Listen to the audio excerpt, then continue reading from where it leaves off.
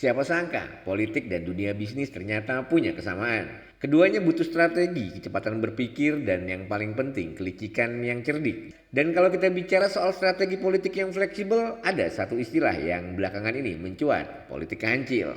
Politik kancil sebuah istilah yang mencerminkan kecerdikan dalam mengambil keputusan di tengah situasi yang kompleks. Dan salah satu tokoh yang disebut-sebut mempraktekannya adalah Ketua Umum Partai Golkar, Bahlil Lahadalia ketika beliau menjabat sebagai Menteri Investasi. Bahlil percaya kalau kita ingin menarik investasi, kita harus bisa menyesuaikan diri dengan situasi. Politik itu seni bernegosiasi. Seni bernegosiasi itulah yang membuat Bahlil sukses di dunia bisnis sebelum akhirnya terjun ke politik. Dan sebagai Menteri Investasi ketika itu ia punya PR besar, membuat Indonesia jadi lebih menarik bagi investor. Tapi menarik investor bukan sekedar soal bikin regulasi ramah investasi, ada banyak tantangan.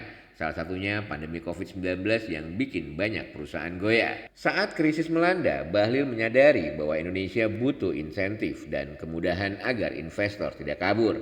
Omnibus Law pun jadi salah satu solusinya. Omnibus Law regulasi yang katanya bikin investor makin nyaman, tapi juga menuai banyak kritik. Apakah ini langkah cerdik atau justru blunder? Omnibus Law memang menyederhanakan regulasi investasi, tapi juga harus dipastikan bahwa perlindungan lingkungan dan hak masyarakat tidak terabaikan. Ketika itu ini tantangan buat Bahlil. Di satu sisi ia harus menarik investor, tapi di sisi lain harus menjawab keresahan masyarakat. Politik kancil lagi nih. Satu hal lain yang nggak bisa diabaikan dalam investasi yaitu SDM.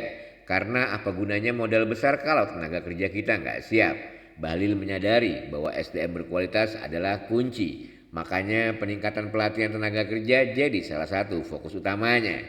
Politik kancil yang diterapkan Bahlil Lahadalia merupakan cerminan dari strategi yang adaptif dan responsif dalam menghadapi tantangan investasi di Indonesia.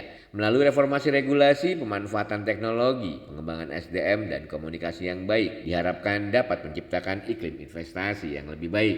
Jadi gimana menurut kalian, apakah strategi politik kancil ini bisa bikin Indonesia jadi magnet investasi atau justru ada dampak negatifnya? Mari kita diskusikan di kolom komentar.